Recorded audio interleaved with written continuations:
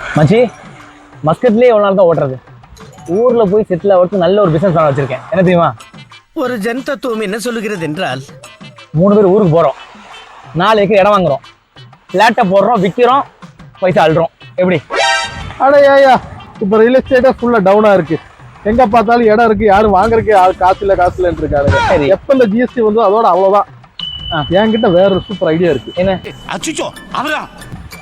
கரெக்டா பஸ் ஸ்டாண்டுக்கு நடுவுல இடையில நல்ல ஒரு சூப்பரான கடை பாக்குறோம். ஓகே. நல்லா ஹோட்டலா வைக்கிறோம். ஓகே. கல்லால் உட்காரோம், ஜம்முன்னு சம்பாதிக்கிறோம். தட்டுறோம், தூக்குறோம். நம்ம என்ன வேலையா செய்ய போறோம்? சும்மா பார்க்க போறோம். ஆஹா, 3 பேர் நல்ல பிசினஸ் பிளான் வச்சிருக்காங்க. நமக்கு இன்வெஸ்டர் கிடைச்ச மாதிரி தான். பாஸ், நீங்க 3 பேர் பேச நான் கேட்டேன் பாஸ்.